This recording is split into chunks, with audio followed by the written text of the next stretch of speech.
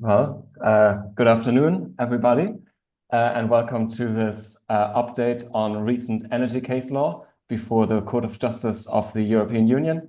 I'm Max Münchmeyer. I'm a research associate here at the Florence School of Regulation, and I have the great privilege of being able to moderate today's session, with our excellent experts that have agreed to join us today, and that is Leigh Hancher, who's the chair of the Energy Union Law area here at the Florence School of Regulation, as well as a professor at the universities of Tilburg and Bergen.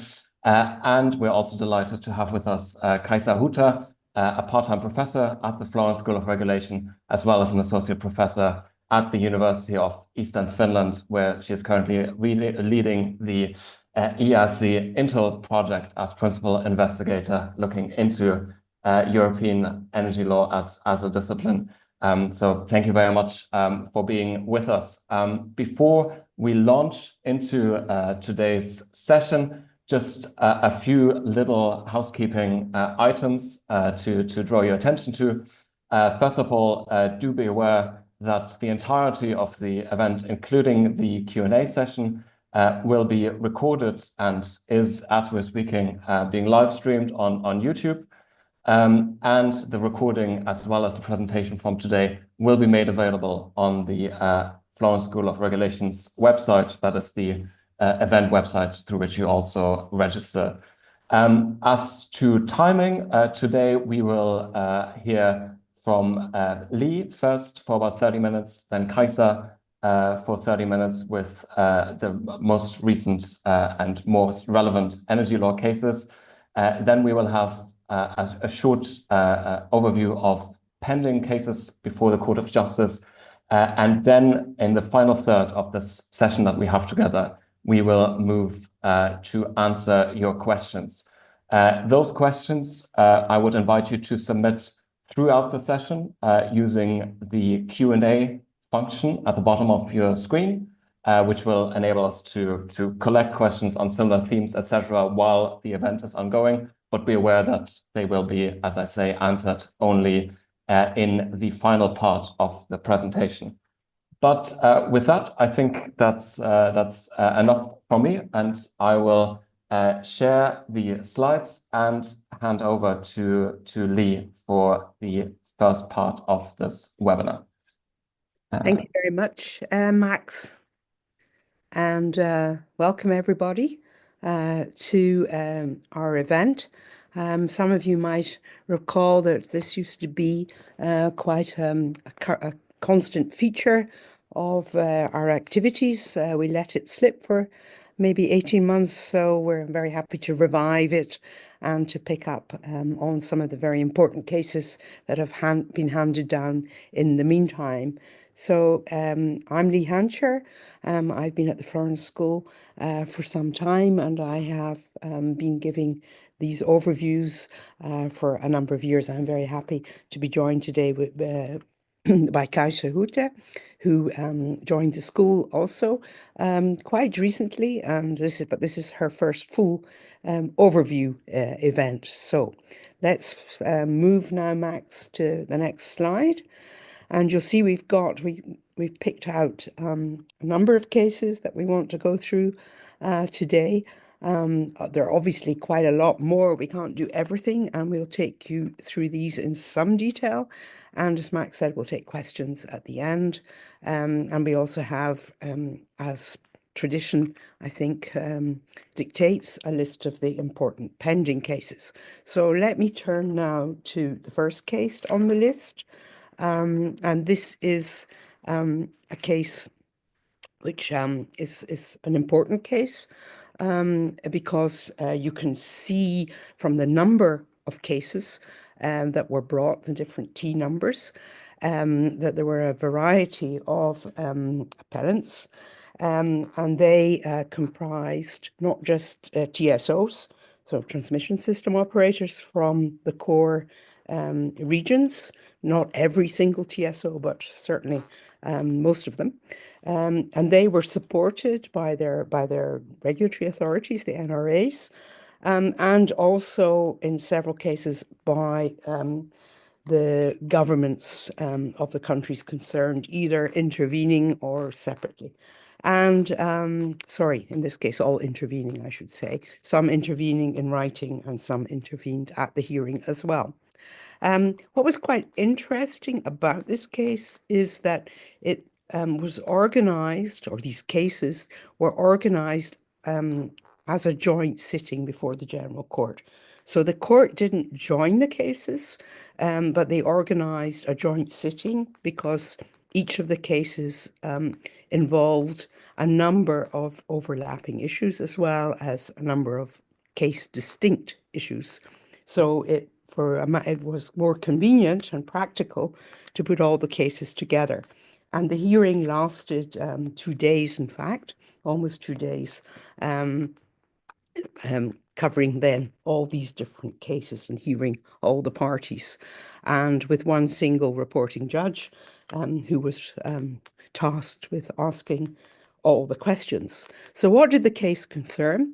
Well, it related to a network code, so the CACM, and it related to Acer's powers to adopt a methodology, a TCM, under the CACM in relation to the allocation of redispatch and counter-trading costs among the core TSOs. Now, this was a big case, as is testified by the number of parties and obviously the NRAs and the member states themselves intervening, because it concerned how to allocate the costs of hosting loop flows.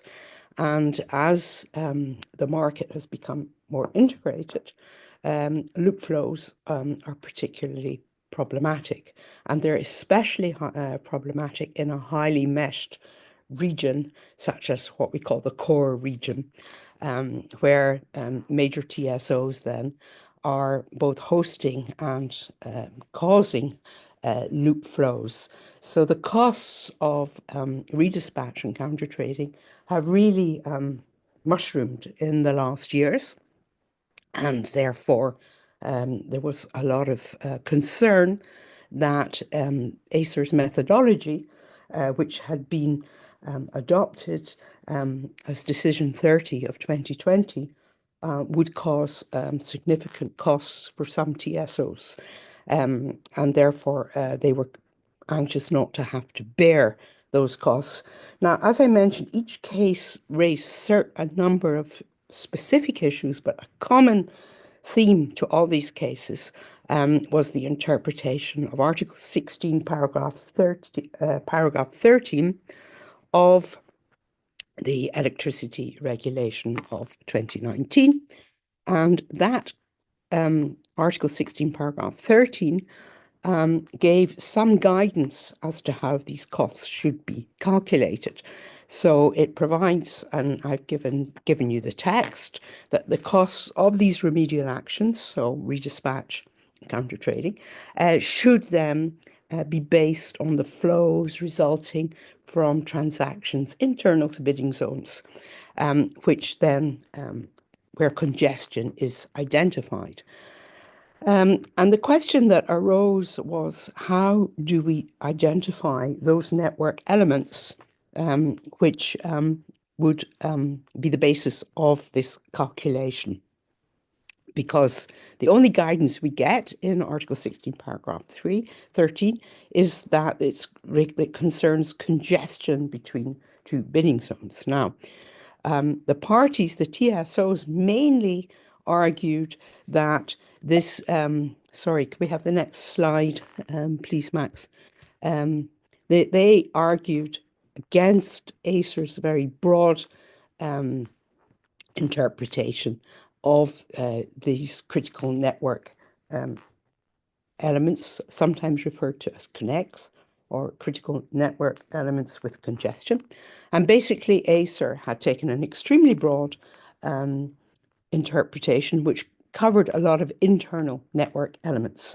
And the TSOs argued that, in fact, the methodology should be based only on interconnectors between bidding zones and maybe tie lines as well, but certainly the definition of a connect should be much more limited in scope than that chosen by Acer.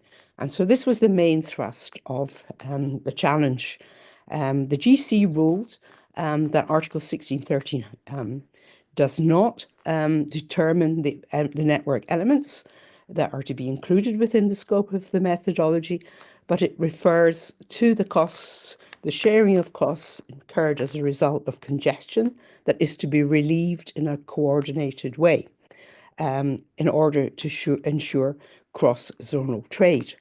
And so it was important then for the GC in its interpretation of Article 1613 to take a purposive approach to this article and to look at the purpose rather than the literal wording. And so the GC found that Acer had taken the correct approach and had determined these connects in a very broad way. And interesting for those who are interested in the principle of energy solidarity and its application in energy law, the General Court stated that the TSOs should actually just kind of grin and bear it because they cannot claim that they should be exempted from the costs that they are causing in their networks in the form of loop flows, so that the principle of solidarity should be interpreted really as meaning that they should accept that they all have to bear all these different costs, no matter who causes what. So that is an interesting application of the principle of energy solidarity, because TSOs, of course, are not national. They're not national authorities. They don't seem to be covered directly by the principle of energy solidarity, as stated in Article 194. So the court is extending it here to parties who might also be private parties. Could we have the next slide, please? Max? Oh, yeah, thank you. However, the General Court was sympathetic to the TSO's argument that Acer had gone too far in applying its own powers. Now, basically, this was a very complex methodology that had to be devised by the core TSOs in a fairly short space of time. And one of the issues that had proved to be difficult was to devise a method of calculating a threshold for loop flows.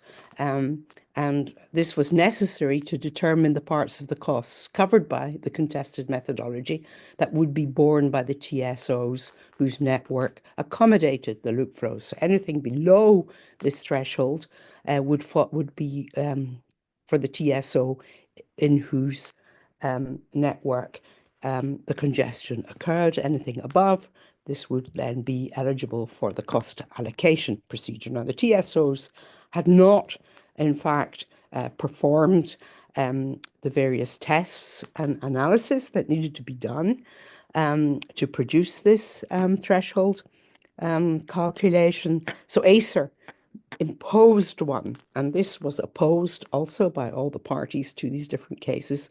And here then the General Court found for the TSOs and looked at, in this case, the literal wording of Article 16, paragraph 3, and concluded that this threshold to determine when these loop flows would be eligible for the cost-sharing methodology had to be analysed for each individual bidding zone. So each individual bidding zone within the core area.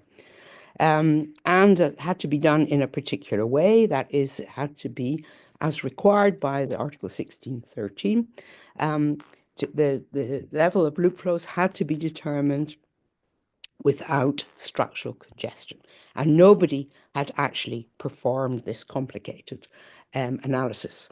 And Acer's claims that, well, they had to reach a decision, and they had to reach a decision within 6 months of the time that the case had been referred to them by the TSOs and who could not reach a decision. This fell on deaf ears, and the General Court therefore annulled the Board of Appeal's decision insofar as the Board of Appeal had confirmed Acer's decision. And you might be aware that the Board of Appeal, Acer's Board of Appeal, has to, of course, it's the first court of appeal, if you like, first instance.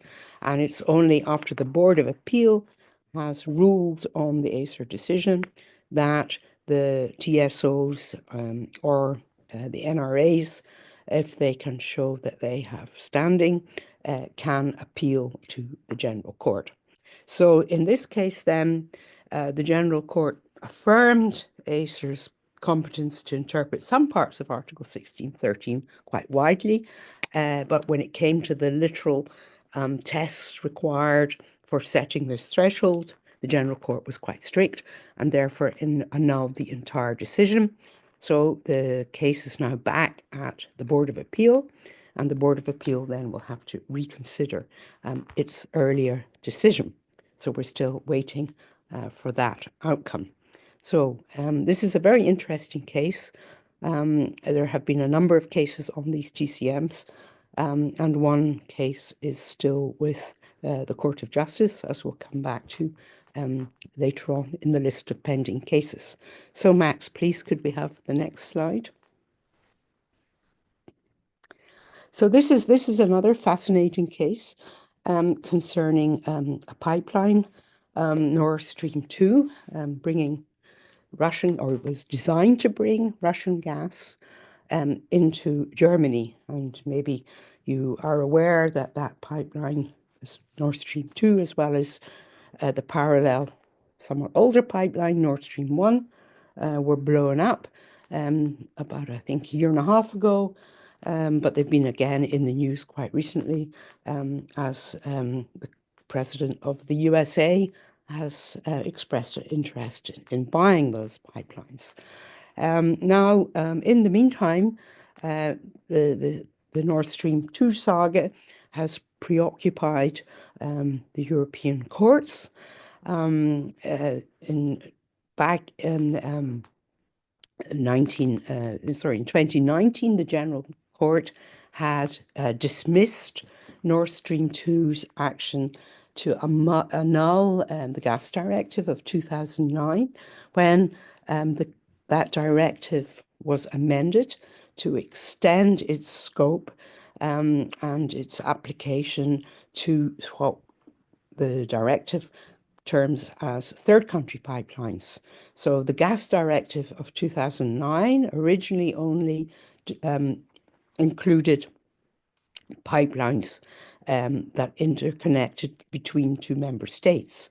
However, in order to cover pipelines that were reaching the EU but originating from a non-member state, the gas directive was amended in 2018 in such a way that Nord Stream 2 was actually the only pipeline that was covered by the extension of the gas directive to third country pipelines.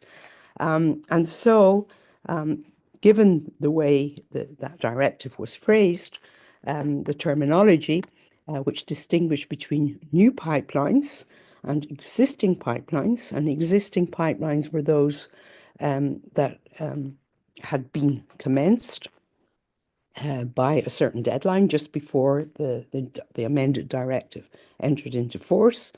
Both the Advocate General and the court itself, ruling as Grand Chamber, found that Nord Stream 2 was in fact the only pipeline that was impacted by the extension of the gas directive.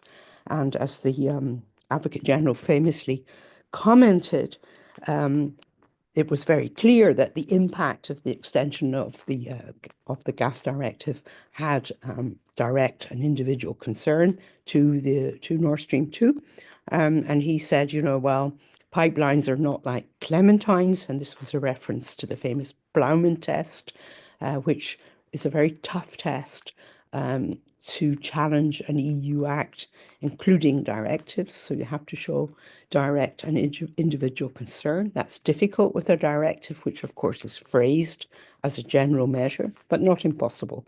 And he wanted to sort of put the Plowman test in context, which he then explained, well, these pipelines are huge investments, take a long time to realise, cannot be compared with a crate of clementines, which the original Plowman case concerned. So the ECJ actually overruled the General Court and found that Nord Stream 2's action to annul the amendments to the directive that action was admissible. And so the case was referred back to the General Court to consider the merits of the case. So could Nord Stream 2 actually challenge the extension of the directive to it on the merits? Now, the GC rejected the claims put forward by Nord Stream 2. And in the meantime, that case has in turn been appealed back to the ECJ as case 11825, but that's a pending case. So Max, could we have the next slide, please? The takeaways from the merits challenge, you can probably imagine that the General Court was not too keen to allow this challenge to go forward. And it's very difficult for the court, of course, to overrule a general measure. And so on the four principal arguments that had been put forward by Nord Stream 2, the court rejected all the pleas. They rejected the plea on foreseeability. The court held that Nord Stream 2 could have reasonably anticipated the extension of the EU rules to its pipeline. It also could have anticipated that those extensions would not provide for derogations for pipelines such as Nord Stream 2, which should have been completed by a certain deadline. So it was possible for NS2 to get its business case together, as it were, so that it could have accommodated to those legal changes. And I think the same reasoning you can see being applied to the second plea, which concerned breach of the principles of legitimate expectations and legal certainty. These are also, of course, tests, pleas that are very difficult to satisfy. And the court emphasised, well, even although there had been a lot of discussion and quite a lot of controversy around the changes or as projected to the gas directive at the time, NS2 continued, Nord Stream 2 continued with its investment. So it could not then claim that it had suffered unexpected harm. NS2 had also tried to explain that its pipeline could not have easily qualified as an existing pipeline. Existing pipelines which were completed before this deadline of 23rd of May of 2019 could benefit from a derogation. So we saw pipelines coming from, say, Algeria to Spain, and to Italy. These were treated as existing pipelines, so they were not covered by the new extended directive. But NS2 was not yet completed. And the court said, well, these two types of pipelines were not in comparable situations, and the different treatments between those pipelines completed before that deadline and NS2 was justified by the broader objectives served by the amended directive of market integrity and competition. And finally, the General Court also rejected NS2's arguments on the proportionality of the amended directive's provisions, claiming then that the impact of this amendment was not excessive, given the objectives of the general of the gas directive. So these, of course, these pleas then will all be revisited before the Court of Justice in the pending appeal. So if you could turn to the next slide. This is a case of a different order. This is not a direct action. This is a case brought then from or referred from a Romanian court. And it's an interesting case in the sense that you had two different national authorities coming up with remedies against NG, Romania, for changing the price of its gas contracts. So you first of all had the National Consumer Protection Authority ruling that NG had misled its consumers by unilaterally notifying them of a change in the price that they had initially offered in contracts that were supposed to be valid for 12 months, but NG varied the contract price after only 3 months.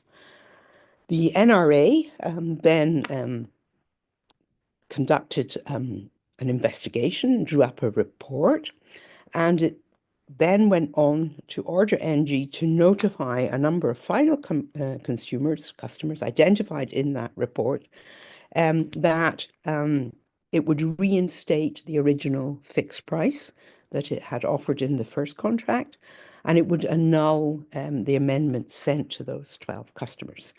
And therefore, NG had to notify all these customers that the fixed price of gas that they had originally offered would be maintained.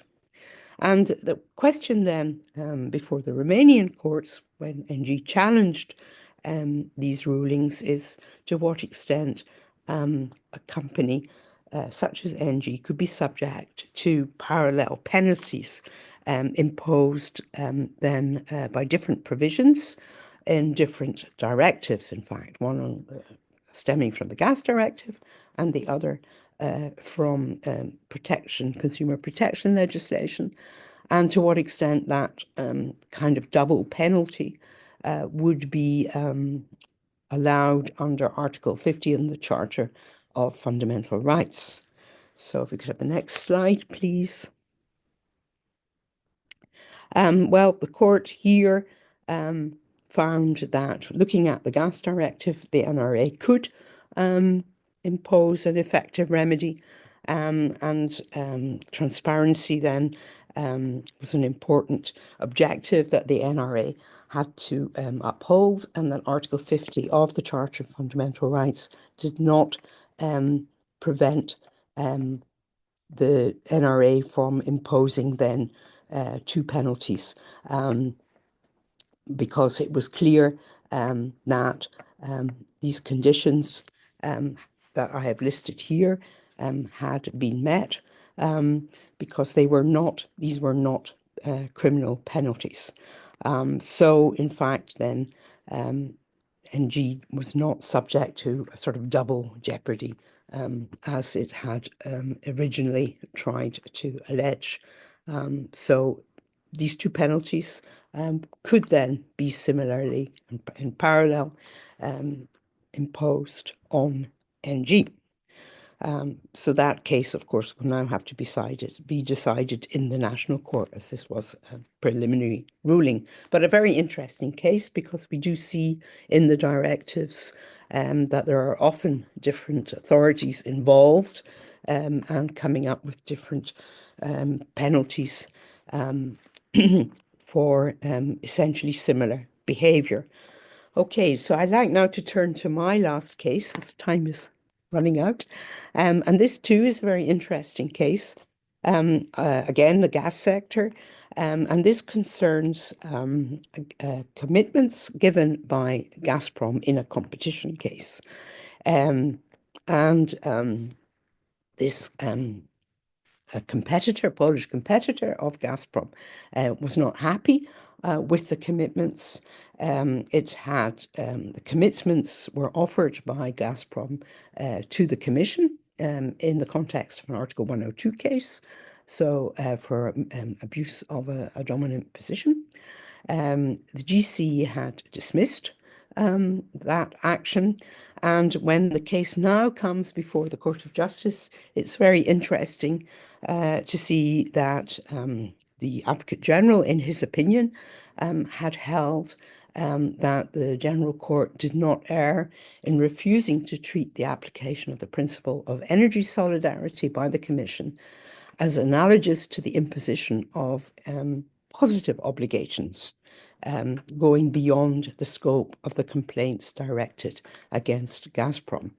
And if we move on to the next slide, we'll see that the Court of Justice takes a similar position. So this is an important case. It shows you how long these proceedings last. The original antitrust proceedings against Gazprom were initiated way back in 2012. And after 6 years of toing and froing, the EC, the Commission, finally reaches a decision imposing a series of binding commitments on Gazprom in 2018.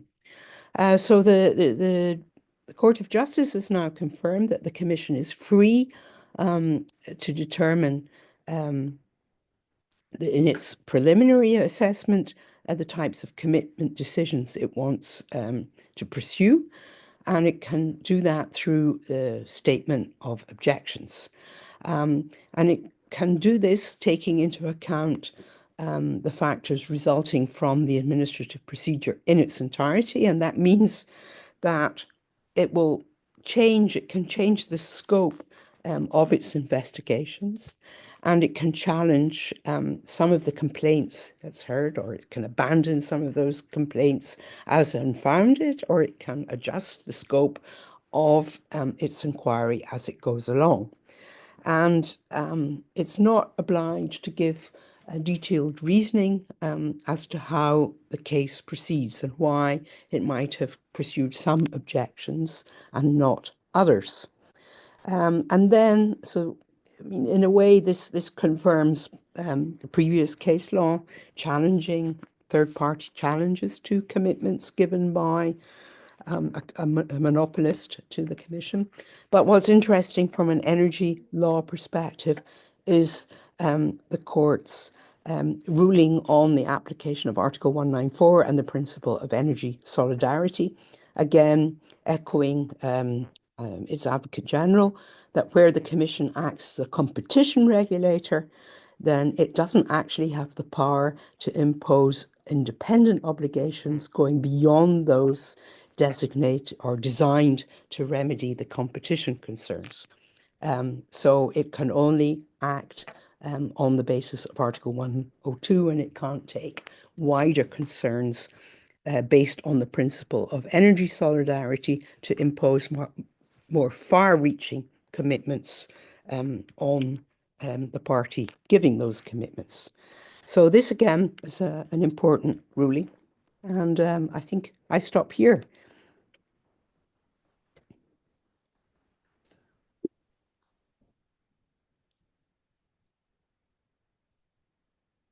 I think you're Kaisa, yeah. muted.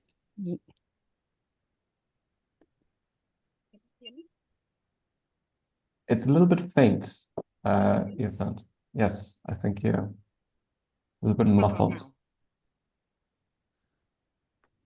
Slightly better, but Slightly better? Okay, I'll try to yell if that helps.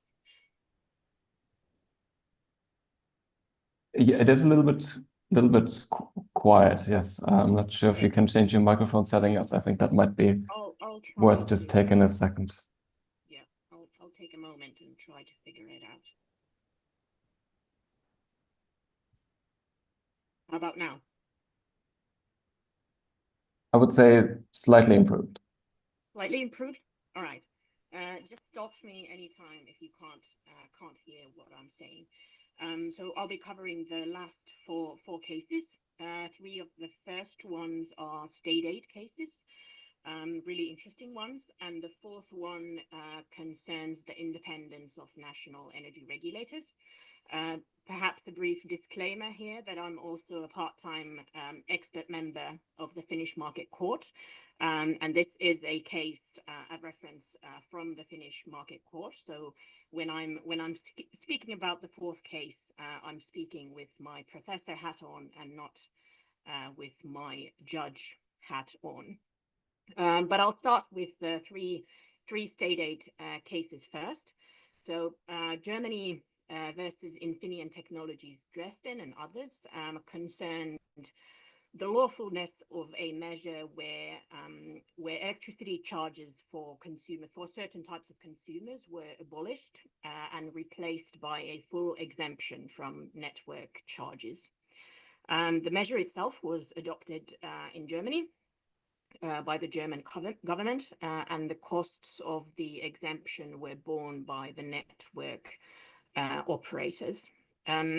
The transmission system operators were required to compensate the DSOs, so the distribution system operators, for losses in their revenue resulting from this exemption measure. And under the applicable financing mechanism, the distribution system operators collected from end users or electricity suppliers a surcharge, and the amount of this charge was then transferred to the TSOs in order to cover for the losses in revenue resulting from the exemption scheme. And what is interesting here is that this kind of measure was never notified as state aid, but it was followed by a number of complaints. So the Commission opened an investigation and eventually declared this as unlawful state aid. A judgment of the court was then delivered late last fall, where the Court of Justice dismissed an appeal from the General Court, where the General Court had upheld the Commission's decision declaring the measure unlawful state aid. Now, there were several pleas in this case, but in essence, Germany tried to claim that the General Court had applied an incorrect legal test in order to assess whether the resources at issue were state resources. Now, as we know, the concept of state aid has been given a very broad interpretation by the EU courts. And in this case as well, the Court of Justice disagreed with Germany and held that the funds financed by this kind of charge or any other compulsory charges under national legislation constituted state resources within the meaning of Article 107 of the treaty, especially because they were managed in accordance with national legislation. Next slide, please, Max. And just to confirm, can you hear me okay? We can hear you, but sometimes it's very faint. It comes in sort of, it seems to fluctuate a little bit, the volume, but I think okay. you are at least I can follow. So that's okay. All right. Good. So the next case, as I mentioned, is also a state aid case, where the judgment was delivered in late February this year. And in this case, and apologies for any Greek people from Greece in the audience if I'm mispronouncing this, Mytilineaios and the European Commission sought to set aside the judgment of the General Court. And in that previous case, the General Court annulled several decisions of the Commission and a Commission letter that all related to an alleged state aid scheme in Greece in the form of electricity supply tariffs that were below cost to an aluminium producer called Mytilineaios. And the question here was essentially whether it constitutes state aid when the electricity supply tariff when the electricity supply tariff and electricity producer and supplier controlled by the Greek state must charge because of an arbitration award to its main customer and this aluminium producer. And the Commission had initially decided that the measure did not constitute state aid, and the General Court had then annulled the Commission's decisions in this respect. And here, in essence, the Court of Justice held that the General Court had erred in law in finding that the arbitration tribunal could be treated in the same way as any other ordinary court, and that the arbitration award was a state measure basically capable of constituting state aid. Now we haven't yet heard the end of this case because the Court of Justice set aside the General Court's judgment in this case and referred the case back to the General Court to be reconsidered. So we'll be hearing about that, more about that later on. Next slide, please. Now, a third state aid case, this time in the sphere of nuclear energy. This case dates back almost 10 years. So in spring 2015 already, Hungary notified the European Commission of a measure to provide financial support for the development of two new nuclear reactors at the Paks nuclear power station in Hungary, where four older nuclear reactors were already in operation. The beneficiary of the measure was the Paks 2 company, which was intended to become the owner and operating company of the two new nuclear reactors. And the company is entirely owned by the Hungarian state. So clearly clearly a measure that should have been and was notified as state aid. So the notified measure, in essence, concerns the development of these two Russian-type nuclear reactors. The construction is entirely financed by the Hungarian state for the benefit of the Hungarian-owned Paks 2 company, who will own and operate them.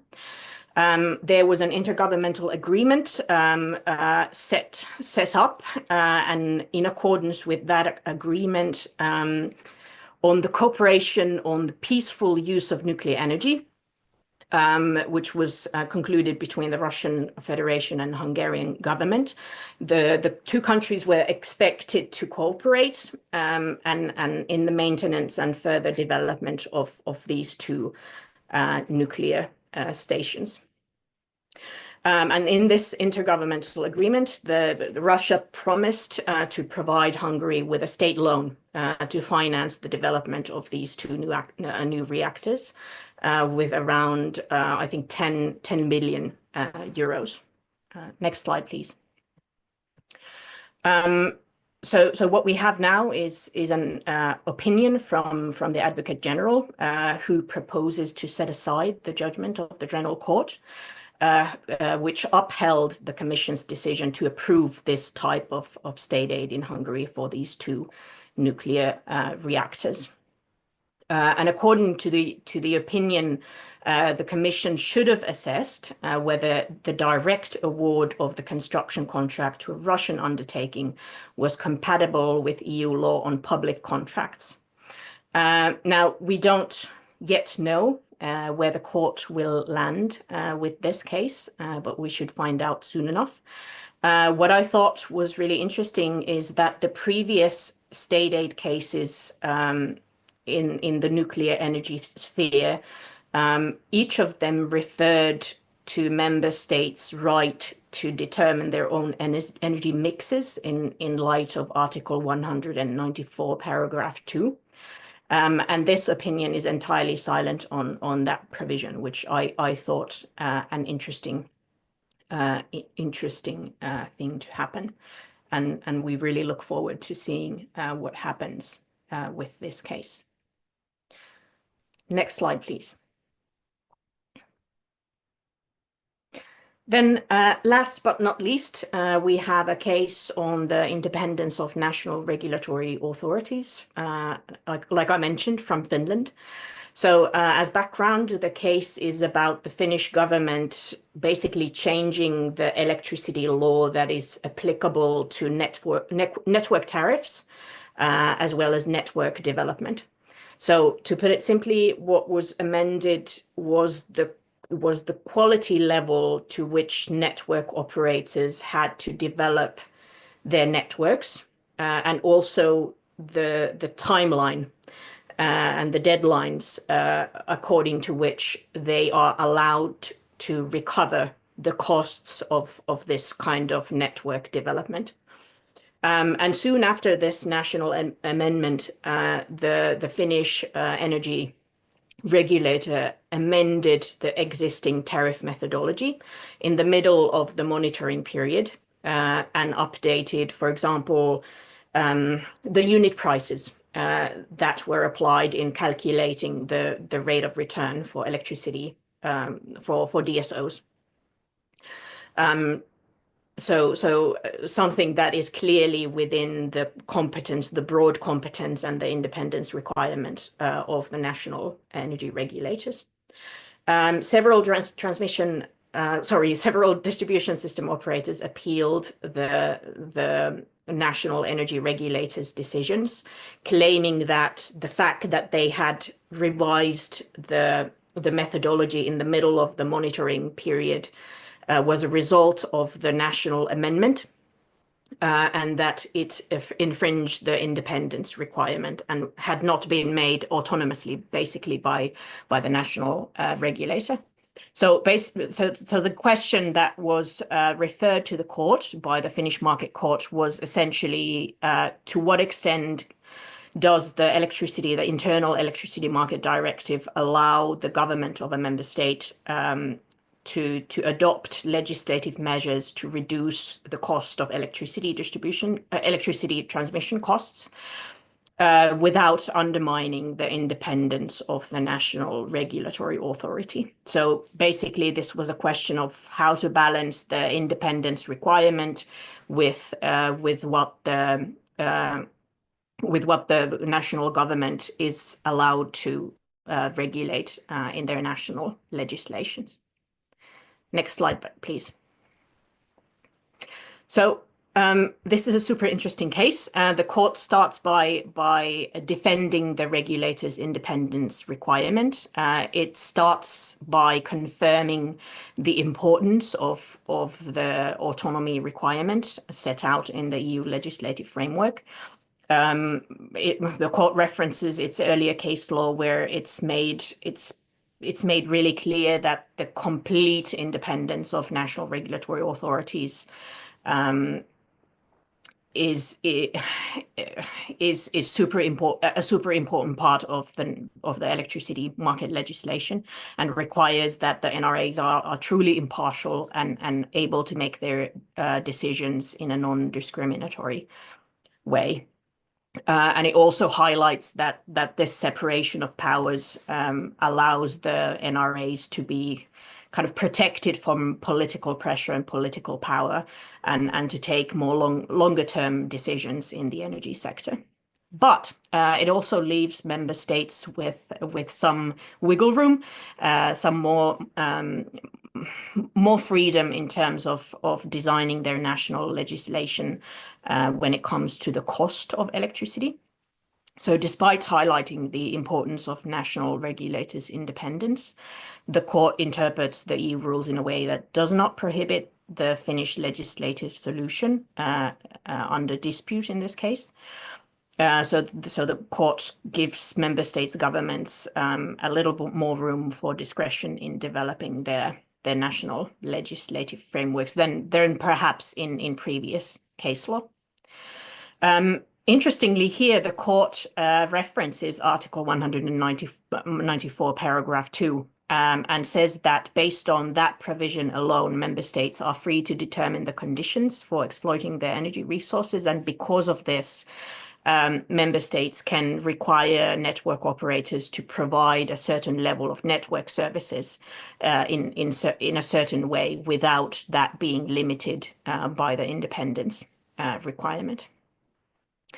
And that this power given to the member states also enables them to require that the distribution networks develop their networks in a certain way, in a certain cost-effective way, and that cost-effectiveness is monitored and ensured in the national legislation. So in other words, member states are entitled to seek the best possible uses for their energy resources. I thought this was a pretty long, or the logic in this reasoning was not quite straightforward, but nevertheless, the court spent a considerable amount of time invoking paragraph 2 of Article 194. So with this starting point in mind, the court pointed out that just the fact that the government tries to lower electricity distribution prices doesn't mean that it's incompatible with the independence requirement. And it also doesn't, the independence requirement also doesn't prohibit member states from establishing their own national energy policies. So this is still something that member states are allowed to do. I think the case addresses many of the criticisms raised in legal scholarship previously, including my own criticisms. So in previous case law, the court has always been really reluctant to allow member states to interfere with the setting of network tariffs.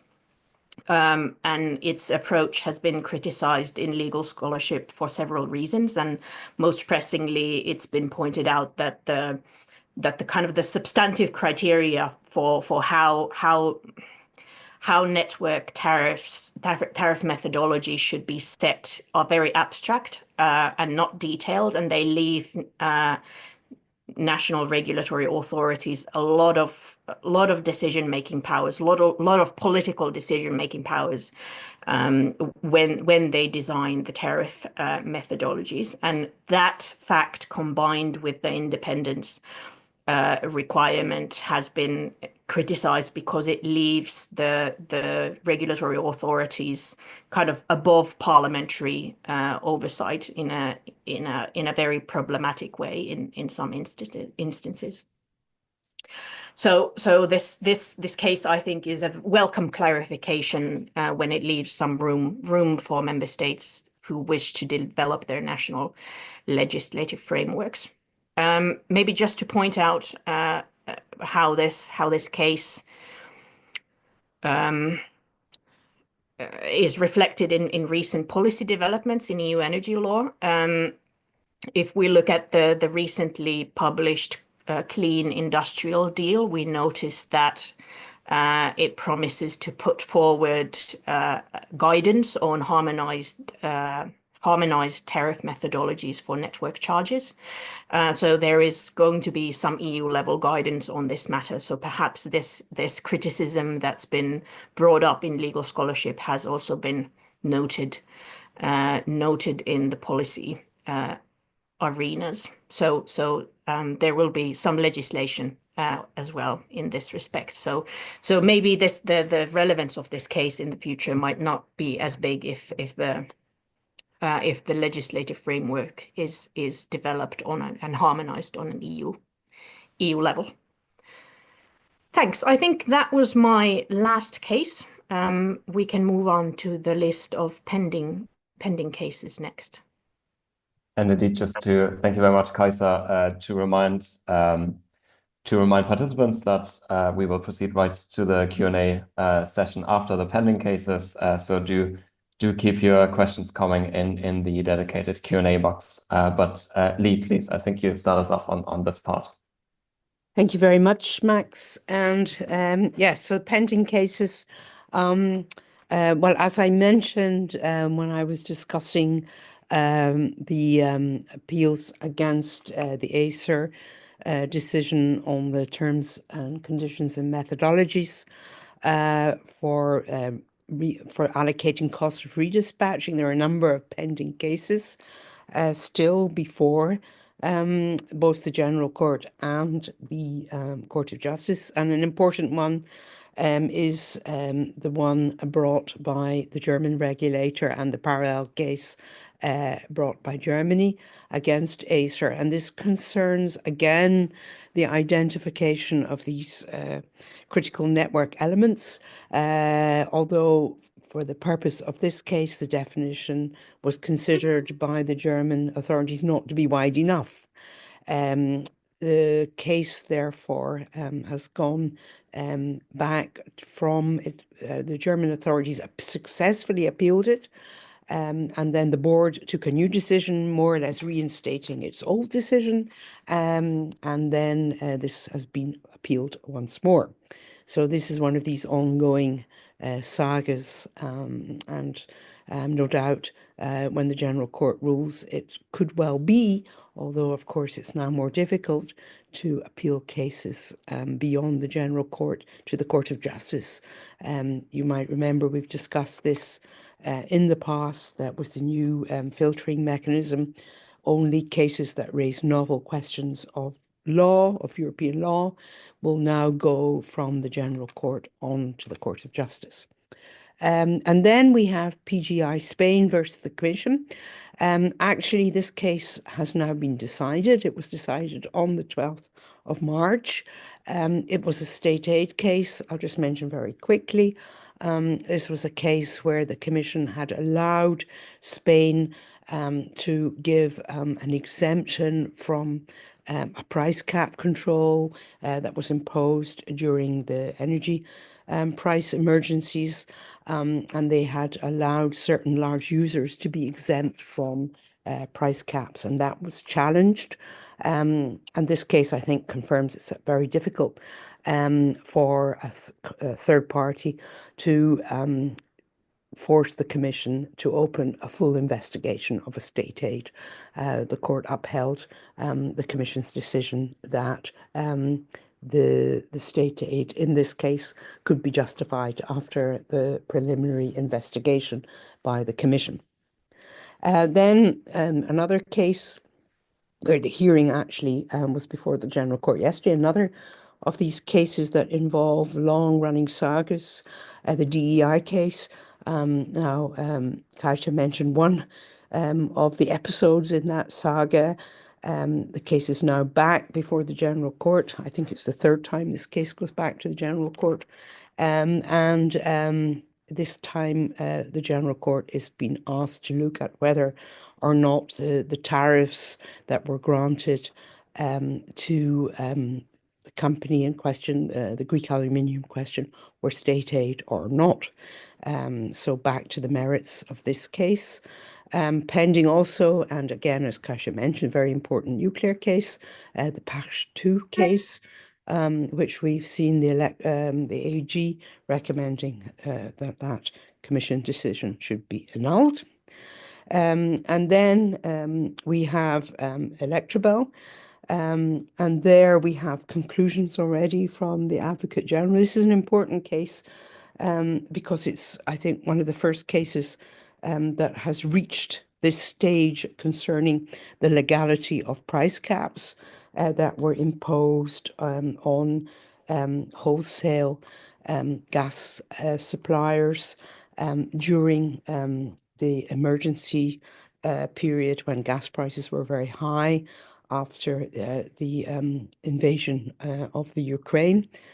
So this case concerns the authority to impose these price caps now. So as I say, we have a lot of cases coming down on the emergency legislation, but here we do have already the conclusions of the AG actually supporting then the legality of the price caps in this case.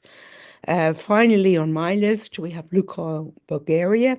And this is an Article 102 case, the interpretation of market definitions for the purpose of determining whether or not a company has a monopoly and whether they've abused their monopoly power.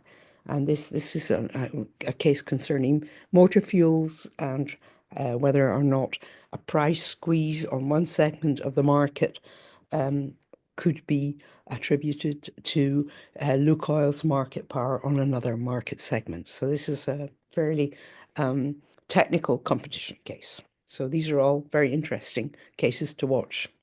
So Kaisa, the remaining list is your own. Yeah, thanks, Leigh. I'll continue with technical, very interesting cases, and most of them have to do with the emergency regulation as well. So the Vermilion Energy Netherlands case concerns a retroactive levy of a solidarity contribution, and again within the meaning of the regulation on emergency intervention to address high energy prices. This is one of the two, I think, on my list, which somehow deal with the emergency intervention regulation. Then there is the next on my list, the ACER case, where the applicant seeks to annul an ACER decision relating to when ACER amended the existing technical price limits. And maintain the transitional price limits with its decision, something that will have well, an interesting case because it will have such broad implications to however it's decided. So looking forward to how that's handled. Then the Aquind case is a dispute about ACER's decision-making regarding the Aquind interconnector. This is a longer saga, and there are several other cases, or at least one previous case relating to the same interconnector and the procedures surrounding that. Next off, the ExxonMobil case relates to, it's a case that basically challenges certain provisions of the regulation on emergency intervention to address high energy prices. There are several pleas in this case and several grounds through which ExxonMobil tries to challenge provisions of this regulation, including the lack of competence and a breach of subsidiarity. Pretty traditional pleas compared to other similar cases. And then the two remaining cases on my list are about merger control. And then the last one is about the taxonomy regulation and its application. We are almost in time, I think. Yes, thank you very much, both of you. Of course, this is it's always fascinating to hear these overviews and detailed insights into not just the most important cases, but also what to watch out for. Thank you very much already for your time. We can now, I think we are perfectly on time. Actually, we have some time allocated for questions and answers. I will, I think, for that, stop sharing my screen so we can also see each other a little bit better. And I will provide the questions to you more or less in the order in which they came in, which also aligns with the order of the presentation. We have a question from Mirella in the Q&A box, which is on the first case covered, the Bundesnetzagentur, the ACER case, and it's, I think, directed to Leigh, and asking whether this was the case that you had in mind when you discussed it with your colleague Max Baumgart from Tilburg University earlier, I believe referring to a podcast that you were a guest on. If this, when you said that energy solidarity is becoming a principle of EU energy law, besides, of course, the original case where it originated. I imagine there might also, of course, there's also solidarity dimension to the Orlan case. So that might have factored into your considerations as well. Leigh, maybe you can take that first. Yeah. Thank you, Mirella, for the questions on solidarity. Yeah, I can't exactly remember when that podcast was recorded, but I think it was certainly before the rulings in the Acer case that I mentioned, and in the Orlan case were handed down.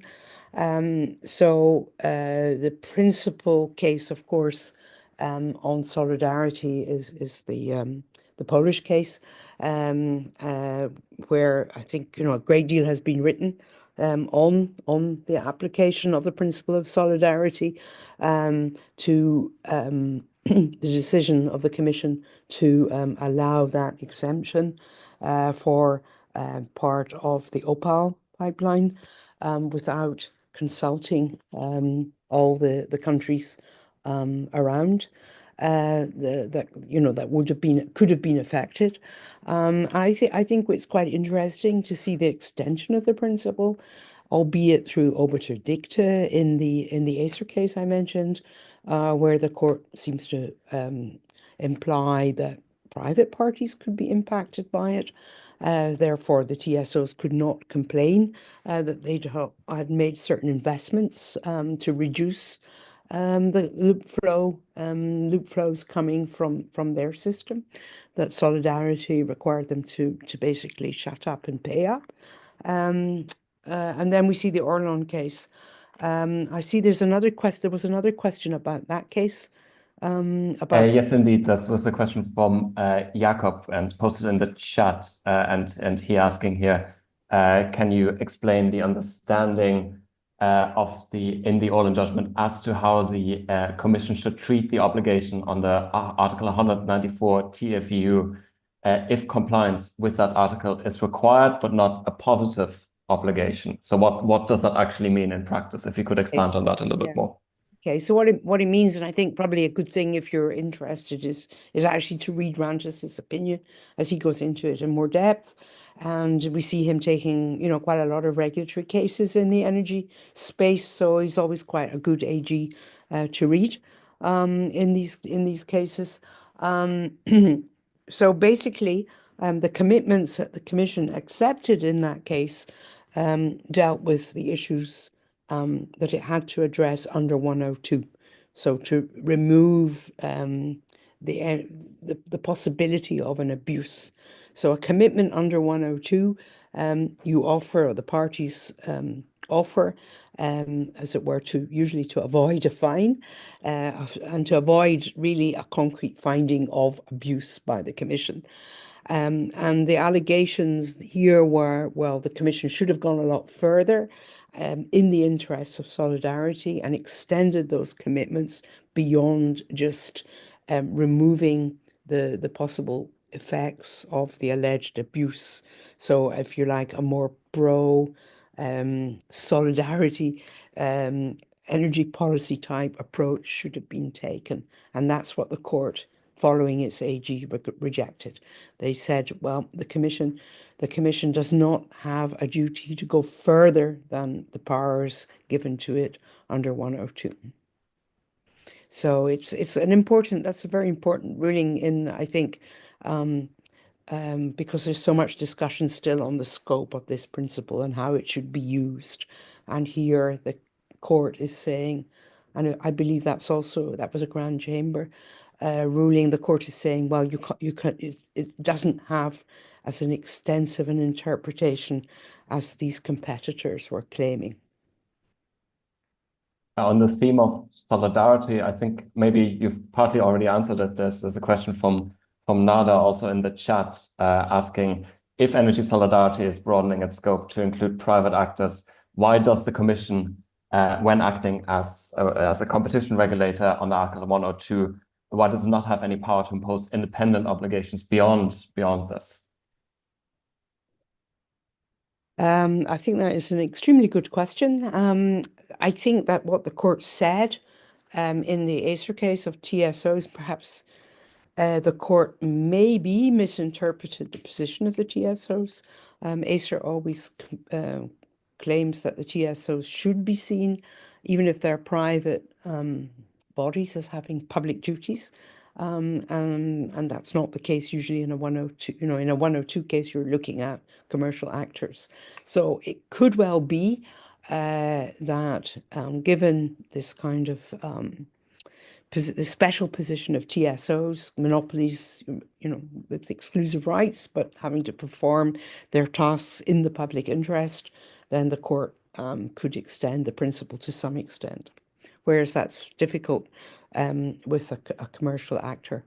I don't think we'll be seeing Apple or Amazon being treated in the same way if they start providing us with energy, which they might well do. Can I briefly jump in here as well? Yeah, I think what you said, Leigh, I totally agree with what you say. And I think we can, in addition to that, we can look at this constitutionally and from the point of view of competences.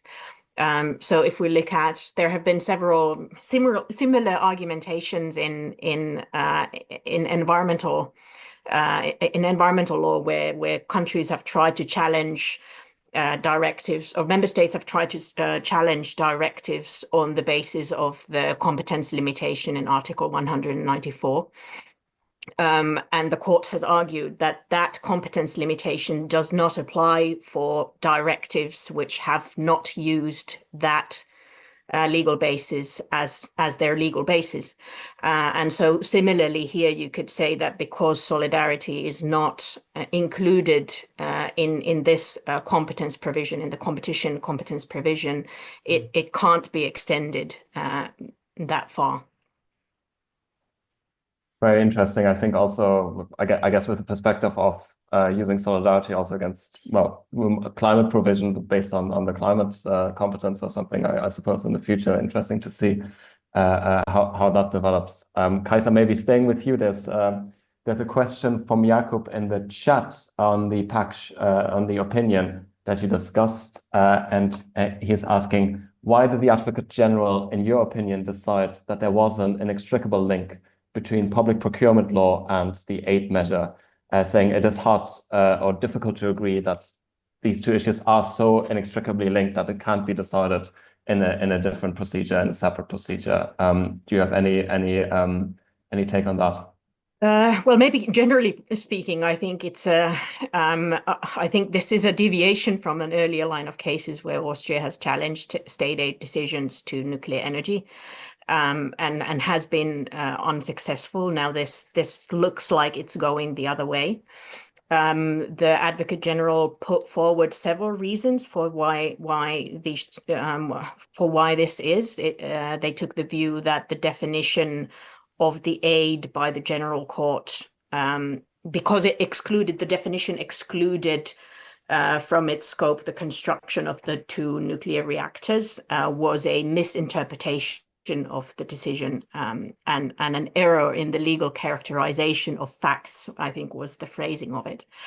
And that those kinds of errors then called into question the court's decision in this case and highlighted the kind of the relevance of the complaints put forward by Austria. This was one of the key features and arguments, but there's a lot of argumentation in the opinion related to this. Thanks. Thank you very much. Leigh, I see there's a question in the Q&A from Mirella relating to the ENGIE case that you discussed. And Mirella's wondering, does this ruling mean that remit penalties and criminal penalties could also be imposed in parallel? How do you see the relationship there? Is there any significance here? Okay, yeah, I think, again, thank you for a good question.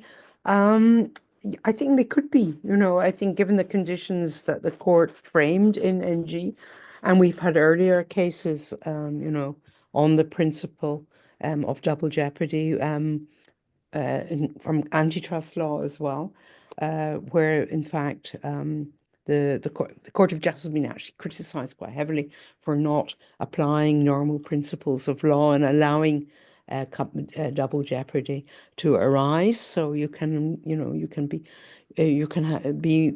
the victim. You can have a criminal sanction imposed on you, plus then you were liable to pay damages. And so I think in European law we do have fairly strict interpretation of the principle that you can, as a regulated party, be subject to different penalties.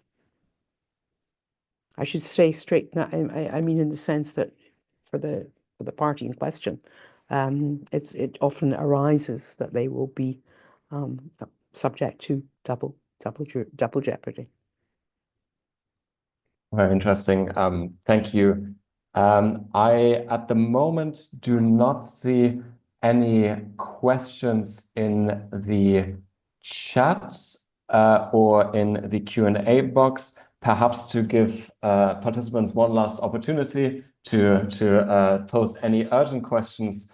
Actually, I might just pick up on a point that Kaisa mentioned on while we're on this theme of energy sovereignty, that kind of guarantee of the sovereignty over the energy mix and energy solidarity and the interaction with those new Commission priorities. Maybe Kaisa, if you wanted to expand even a bit more, do you see the solidarity as well as perhaps the sovereignty play a greater role in that sphere as the Commission now moves ahead with this competitiveness priority of its current term that has just started? Absolutely. There's a huge role to be played by both of them. And I think there's also tension between those two. And I actually have a PhD student who's writing an entire PhD thesis on how these two principles play out together. And how they've been interpreted in EU energy policy and how they are reflected in the legal instruments. So I think you're absolutely right that they have a huge role, an increasing role, and we'll see what happens in the forthcoming legislative instruments, how they will be balanced against one another. Yes, indeed. Leigh, any reflections on this theme? Because we're obviously at the school following also quite closely the legal initiatives of the Commission as announced in those various policy documents. Yeah, I think the policy documents on tariff, they want to try and make tariffs clearer. Many member states include in the tariffs for final users many levies and taxes, that are designed to serve different purposes, and they want the Commission would like to eliminate that to make the tariffs clearer. But regulators, the role of regulators, I mean, I think indeed they are given a multitude of tasks. I think that the jurisprudence to date, I think, is being primarily centered on the market regulatory tasks of the NRAs, and has been designed to limit interference by the member states there. But when it comes to climate change, sustainability, and broader goals, I think it'll be very interesting to see to what extent the NRAs can pursue an independent trajectory on the basis of the case law that we've had so far, which has really concentrated on those regulators' roles as market regulators. So it'll be in a very interesting space going forward. And I think not much reflection has been given yet at Commission level to how to deal with that. Thank you very much. So a lot to more work to look forward to, a lot of interesting developments, I'm sure, in case law and in legislation. I do not see any further questions in either the chat or the Q&A box, which I think means that you've been exceptionally clear. I'm always amazed by how you're able to condense this really complex information and not just condense it, but also to convey it to us in a way that is digestible within the short time that we have available for these updates. In closing, I should mention that we are aiming to hold these events with a regularity again, so biannually.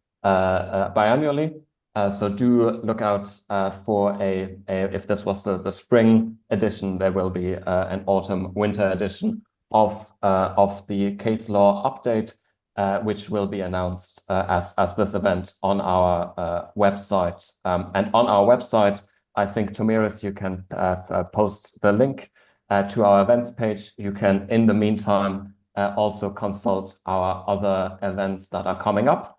I should mention also in the context of the work of the legal department of the Florence School of Regulation that we are organizing this autumn in September a residential research school here in Florence for PhD and postdoctoral researchers in EU energy law, tackling some of those big issues those cases that we discussed touch on.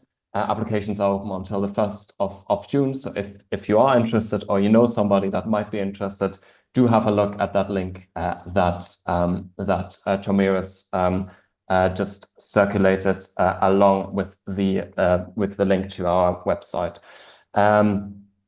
for any further events. I should say once again, also to answer the final open question in the Q&A box, that the recording of the session as well as the slides will be made available to you online. So if you missed any part or you wanted to go back, that will certainly be possible. But I would like to thank everybody sincerely for turning out in such great numbers today. I think it's a testament to the necessity for and popularity of these events. And for that, of course, we should thank our expert speakers. Kaisa, Leigh, thank you so much for your time, for your expertise. We hugely appreciate it, and we look forward to seeing you in future editions. Thank you, Tomiris, for the organization of this event, which went very smoothly. And with that, I wish you a good rest of the afternoon. Take care. Goodbye. Thank you very much. Thank you, everybody Thank you. at FSR. Thank you, Kaisa, too. Bye. Bye.